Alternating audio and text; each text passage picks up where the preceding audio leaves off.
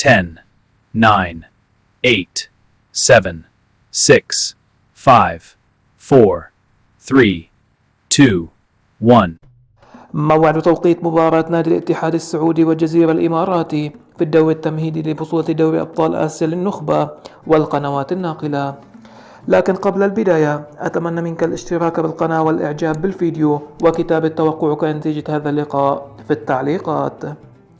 يستضيف نادي الجزيرة الإماراتي نادي الاتحاد السعودي يوم الثلاثاء القادم 11/8/2027 في تمام الساعة 7 مساء بتوقيت السعودية وقطر، 8 مساء بتوقيت الإمارات، 5 مساء بتوقيت المغرب.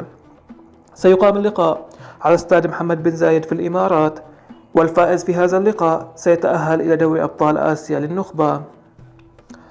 أما عن القنوات الناقلة فسينقل اللقاء عبر قنوات بي إن سبورت الناقل الحصري لبطولات دوري أبطال آسيا.